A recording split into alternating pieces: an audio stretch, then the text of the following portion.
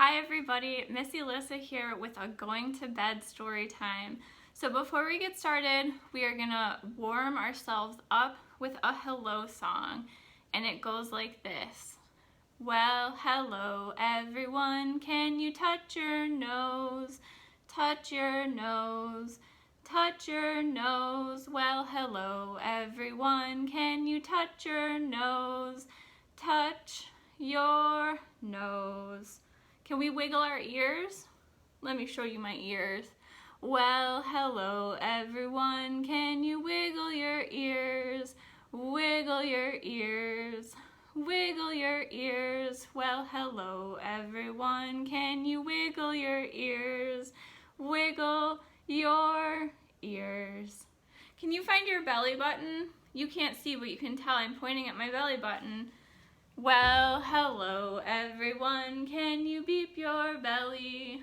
Beep your belly, beep your belly. Well, hello everyone, can you beep your belly? Beep your belly. Good job. All right, we're gonna do another rhyme before we get started with our first story. So can you hold both of your hands up like this? This is open.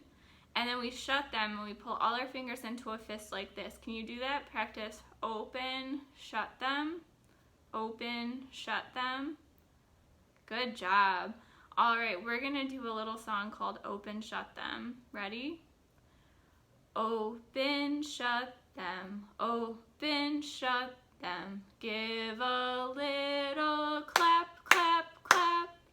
Open, shut them. Open, shut them. Put them in your lap, lap, lap. Creep them, crawl them. Creep them, crawl them. Right up to your chin, chin, chin. Open up your little mouth, but do not let them in. Good job. All right, so our first story is a story about a bedtime routine, and it's called Bedtime Bonnet. So just like we brush our teeth and maybe have a little bedtime snack before we brush our teeth, some families take care of their hair before they go to bed. So we're gonna learn about some different ways that folks take care of their hair. So this is Bedtime Bonnet by Nancy Red. In my family, when the sun goes down, our hair goes up. So it looks like we've got our little girl and maybe her mom, and her mom looks like she's saying, hey, it's time to take care of your hair. She's got that comb in her fingers, in her hand. My brother twists and tightens each of his locks. Sis combs her hair into a swirl around her head. So a couple different hairstyles and ways of taking care of them.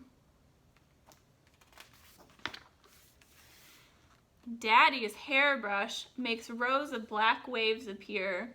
Grandma rolls up her silver mane. Grandpa doesn't do anything to his hair. Why do you think Grandpa doesn't do anything to his hair? Because he doesn't have any. After Mommy gathers her corkscrew curls in a scarf, she calls for me. I scoop between her legs and she gets ready to work on my hair. I'm tender-headed, so she's extra gentle. So that means this little girl has a sensitive scalp and she doesn't want her hair pulled on or anything, so Mommy is gentle with her hair. So look at that. We've got no hair, hair going in rollers, we've got hair going up in a scarf, and then Daddy is making his waves appear on his hair. Grandpa tells jokes as Mommy works her magic. He asks me, why does the bee have sticky hair? I don't know. So he says, because it uses a honeycomb. Silly Grandpa.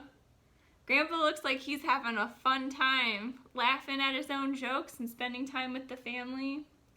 Finally, a braided crown is on top of my head and it's time for bed. Except for what? I can't find my bedtime bonnet. Oh no. I need it to protect my hair from tangles and lint while I sleep. Wearing my bonnet at night is as important as brushing my teeth. So remember, we talked about how everybody has a bedtime routine, so everybody brushes their teeth at night, and then some people take care of their hair. So this is just as important to her as brushing her teeth. So where are we looking? Are we looking in the laundry basket? Maybe under a pillow? She's even looking in the yarn. But does she find her scarf, her bonnet? No, I wonder where it could be. Maybe Grandma knows where it is. She's covering her rollers with a kerchief. Grandma, have you seen my bonnet? She gets up and looks around. Where are they looking? In the toy chest. No, dear, I haven't. Maybe your sister knows? Let's see. My sister is still in the bathroom, her hair spun in a wrap. Sis, have you seen my bonnet? She looks in all the bathroom drawers. No, but here's Daddy's wave cap. So they found someone's head covering, but not the bedtime bonnet. And look, Daddy's wearing his wave cap now. I take the cap to Daddy and he pops it onto his waves. Daddy, have you seen my bonnet? He looks around the sofa, but it's not there either. Not under the sofa cushions. Where in the world could my bonnet be? I can't go to bed without it. How do you think this little girl is feeling? Yeah, she looks a little bit sad and frustrated. I wonder where this bonnet is. Just then, my brother walks in, a do-rag slipped over his locks. Does he know where it is? Big bro, have you seen my bonnet? He doesn't even pretend to look. He said, ask Grandpa. What does Grandpa know about where this bonnet is? Let's see. Oh, Grandpa! Where's her bonnet? It's on Grandpa's head, but Grandpa doesn't have any hair, so he doesn't need to be wearing the bonnet, and it's hers. Everybody's laughing. Silly Grandpa. My bonnet is now in its proper place on her head, and I'm really sleepy. Everyone gives me kisses and hugs, and Mommy and Daddy read me a story. Good night, family. In the morning, when the sun comes up, our hair comes down. Look at that, it's a bright new day.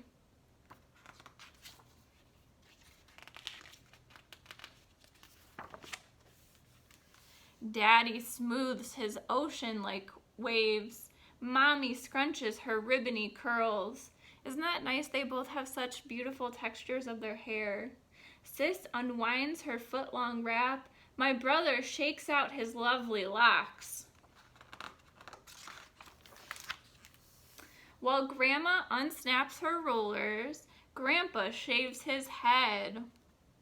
And as for me, my bonnet comes off and my braids come out. And look, she's got two really cute little puffs. Now we're all ready for a brand new day. The end. Can we clap it out for our story? All right, so I am hoping that everybody has a little scarf or something at home that they can use to pretend to be like a little scrubber, because we're gonna do our getting ready for bed, and this is gonna be This Is the Way We, and we're gonna wash different parts of our body. So can you find your shoulders for me? Right here, there, those are your shoulders. So we're gonna sing This Is the Way We Wash Our Shoulders when we get ready for bed. Okay, here we go. This is the way we wash our shoulders, wash our shoulders, wash our shoulders. This is the way we wash our shoulders when we get ready for bed. Can you find your tummy? Let's wash our tummy. This is the way we wash our tummy, wash our tummy, wash our tummy. This is the way we wash our tummy when we get ready for bed. Can you find your hair if you have hair?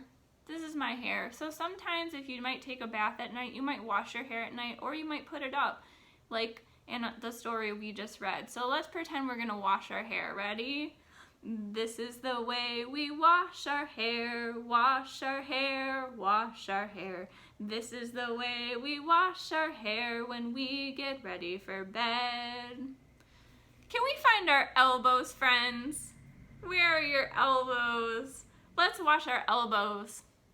This is the way we wash our elbows, wash our elbows, wash our elbows. This is the way we wash our elbows when we get ready for bed. Yay! Good job, friends. All right, we'll go ahead and set our scarves to the side. We're gonna read another story. And this one is another thing that we might do before we go to bed. Have our parents come in and tell us a story. Do your parents come in and tell you a story or read to you before you go to bed? When I was little, my parents came in and read to me before I went to bed. All right, so this is a story called The Too Scary Story. So let's see how scary this story is gonna be. And this one is by Bethany Dini Murguia. On a dark night, in a house on a hill, Papa asks, "How about a bedtime story?" "Yes!" exclaims Walter. "Make it a scary story," says Grace. "I've got my wand." Can you see her wand? Right there on the bed. What shape is at the top of her wand? It's a star. "I've got my wand," says Grace. "All right," says Papa. One night, two brave explorers and their dog were walking home through the forest. It was very, very dark.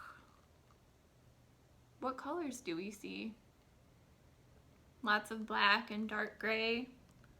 "Yes, the spookiest, creepiest kind of dark," says Grace. "Too scary," says Walter. "Do we see any creatures in the night?" Yeah, we see this shadow. Well, as they ran out of the woods, hundreds of tiny twinkling lights appeared. What do you think these lights could be? Little bugs who light up? "Fireflies!" Walter cheers. "Papa, fireflies are not scary," says Grace. "I want to see bears." "Just a minute," says Papa. Beyond the fireflies, deep in the bushes, crept all kinds of creatures. How do we know the creatures are there? What do we see? We see all of their little eyes. All eyes of different sizes, so there might be big creatures and small creatures. "I can hear them all breathing," whispers Grace. "Too scary," says Walter.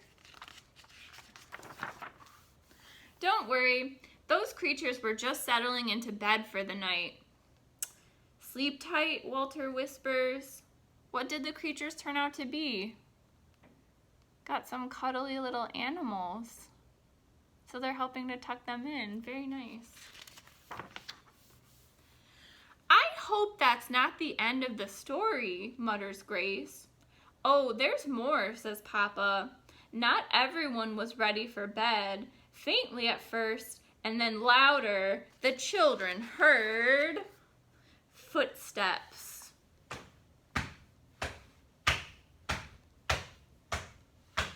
Don't worry, Walter, I have my wand, says Grace. Their dog growled a long, low growl. Can you all growl?